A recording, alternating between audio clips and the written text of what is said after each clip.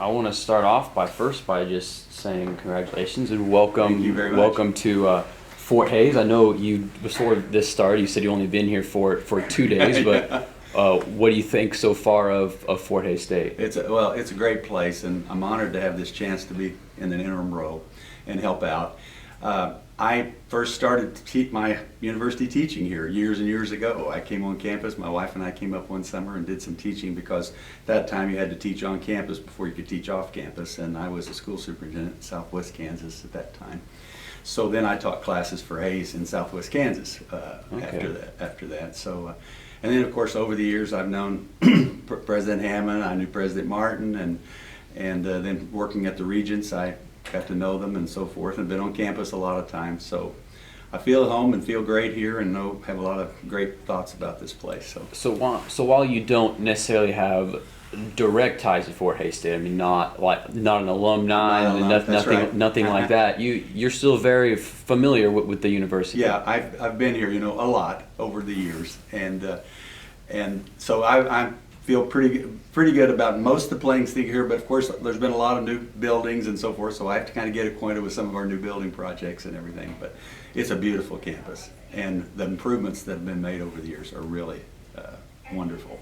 Have you made the tours? I know the weather isn't too great. Well, right I'm now. touring tomorrow, I think. Tomorrow. Yeah, okay. I'm going to tour with the architect tomorrow, I think. So, yeah, I'm looking forward to that, to kind of see what's happening, because I know we got a new building over there on the corner, Applied Tech and Sculpture, and then I know there's been some other buildings that have been built, and then some on the way. So I have to get all acquainted with those. How did you mentioned you previously worked for the Kansas Board of Regents, so how did that job get you ready for the role that you are in today? Well, that's a good question.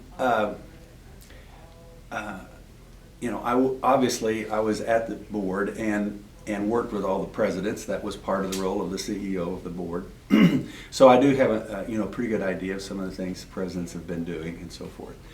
And since I've known Dr. Hammond, Dr. Hammond got hired here the year I got hired in Salina as a school superintendent.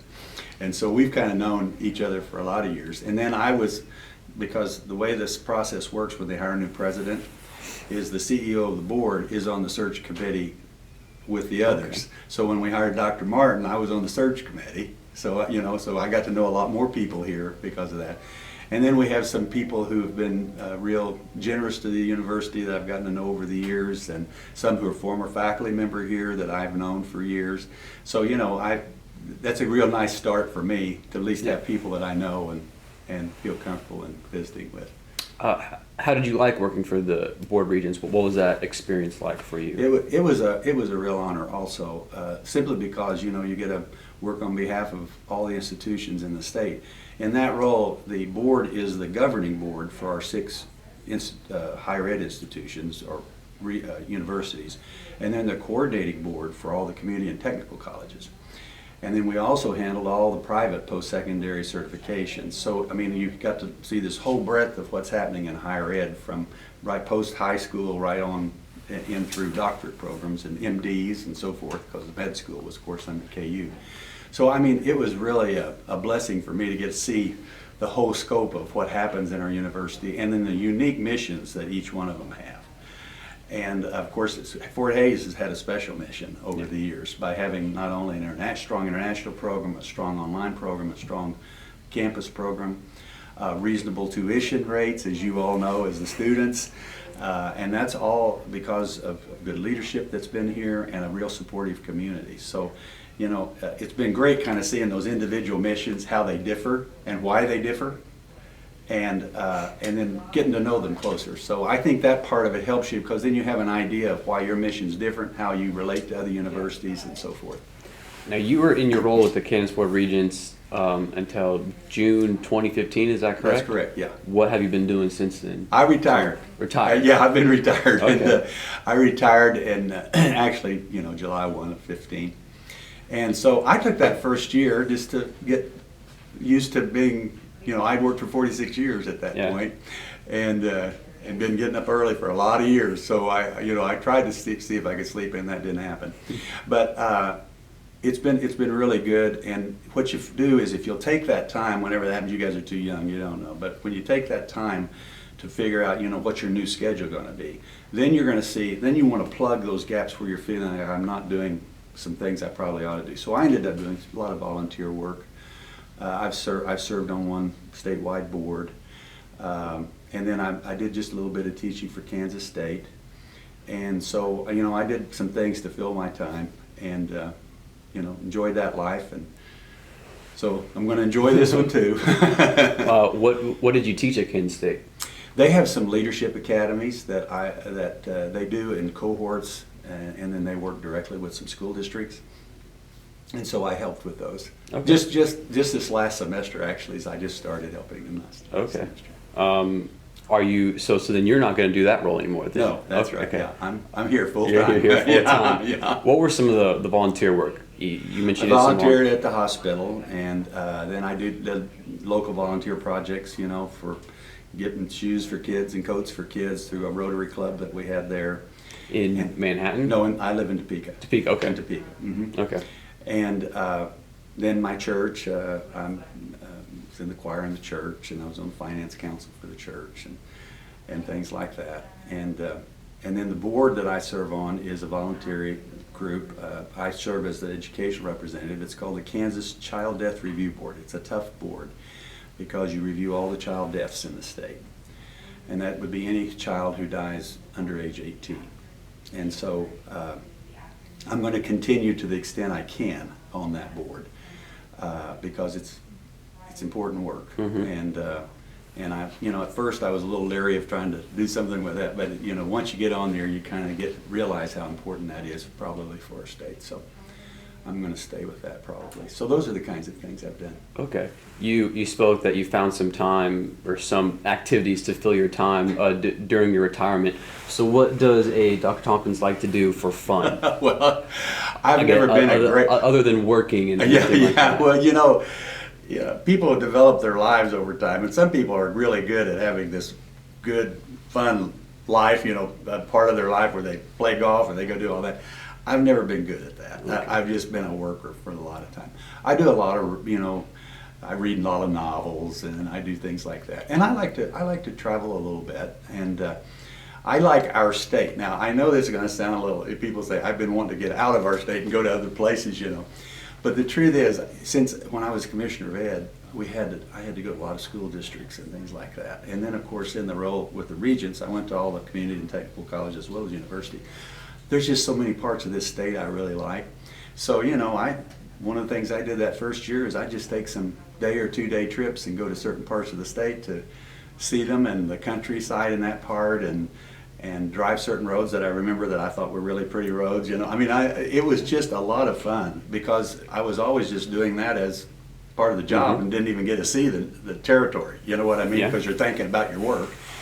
So, but and then we took a couple of vacations. I haven't been very good at taking vacations in my life, and so we went up to South Dakota and we went to New England. Those are kind of New England. Everybody thinks they want to go to New England. It was a good trip. But then my wife goes to see my daughter in Hawaii. She's the one who gets to go see my daughter in Hawaii.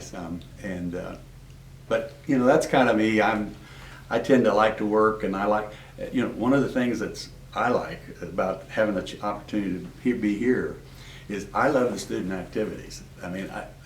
Some people always feel like, I'll probably need to go to that. Well, I've never felt that way. I went to the ball game last night just because I wanted to see that team. I'd already heard they were really good, and they came from behind, did a really good job last night. And of course, football here has been really good in the last. You've had an art department here that I've known about for a long time. Music and plays. And you've got a series, a special series. I think I don't know all the details of all this yet. So I feel like that's going to really add a lot to my life. Is not only having my work part, but being able to see the students in various roles and things. So you mentioned that you went to the basketball games. Now you got your master's from a rival school, Emporia State. That's right. Is that correct? Are you going to be able to root for? Well, no problem. No problem. Well, think about this. So I have. So I've taught here before. I don't think I've taught for Emporia. Then I was a dean at Pitt. I taught at KU. I've taught now at K-State. You know what I mean? I can't keep a job, really, is probably what the deal is. But no, I have no problem at all. As a matter of fact, I've already called a couple of friends and said, I can't wait to see you in the football field next year if I'm still here. You know. Okay, that's good. That's what I'd like to hear. You know. Why come out of retirement? You know, it seems like you were having fun. You know, you weren't retired for that long. So why come out of retirement? That's a great question. You know, I just felt like it was the right thing to do when they asked me to do it. And you know, the regents were great to me when I was in that role. And you know, I have an affection for the institution, and I know how important our presidents have been here. And I just said, you know, to help them through the transition, it's the right thing to do. So it wasn't a matter of saying yes, it was a matter of doing the right thing. And so for me, I feel lucky to be here. How did that process work? Did you approach them, or did they approach you and ask you, you know, will you take on this role? Yeah, I got asked if I'd be willing to do this in the interim. What was that conversation like between you and the regions on if you wanted to do this and all that? Just we've got to have someone help us with the interim, and would you be willing to do it and think about it and let us know? I mean, that's pretty much what it was. Okay. I mean, it wasn't this lengthy conversation, really. But it didn't take me long to decide that. Basically, I had to talk to my wife, you know, make sure she was all right with it. Now, how aware are you in the circumstances of President Martin's departure and bringing you in? Well, the way I like to say this is I don't know anything about what happened, and I really don't want to know, because there's not anything I can do about any of that. Yeah. All I can do is try to help us be as good as we can continue to be, move forward, and try to make sure we have this place in as great a place so that next president, you know, we attract the best that we can get to want to be here. And so that's kind of how I look at my role. Did you keep up with what was going on at Fort Hays State with the whole situation before you came to this spot?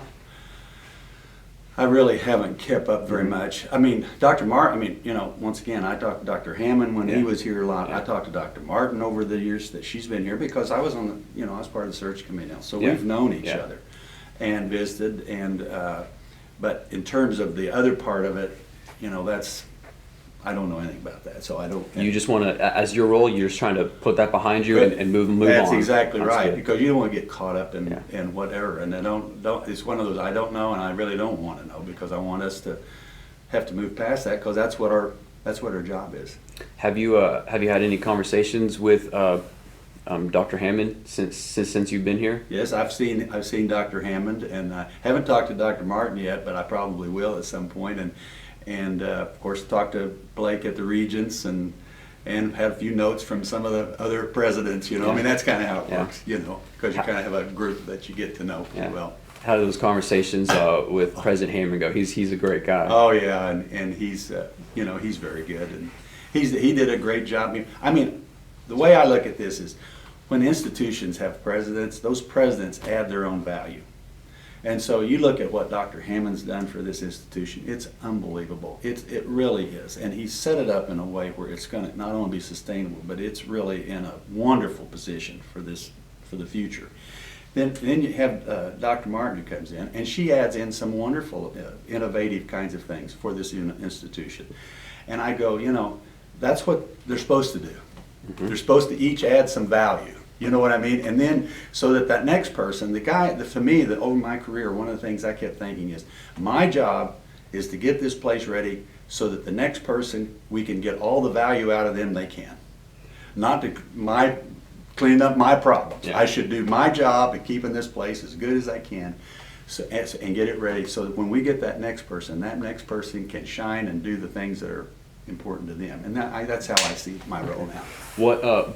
What value though do you want to leave here? If you know, if it's not your spot after you serve your year, you know, what do you want to be remembered for than here? I don't look at life like that. Okay. You know, to me, the university's more than any one person, and so my goal here is to make sure people continue to like being here, and the students like being here. accomplishing some of the goals that have already been set out for the institution, and there'll be new goals that come up because of situations that happen within the institution, and making sure we have a good plan for moving those forward, just like you would if you were running any organization.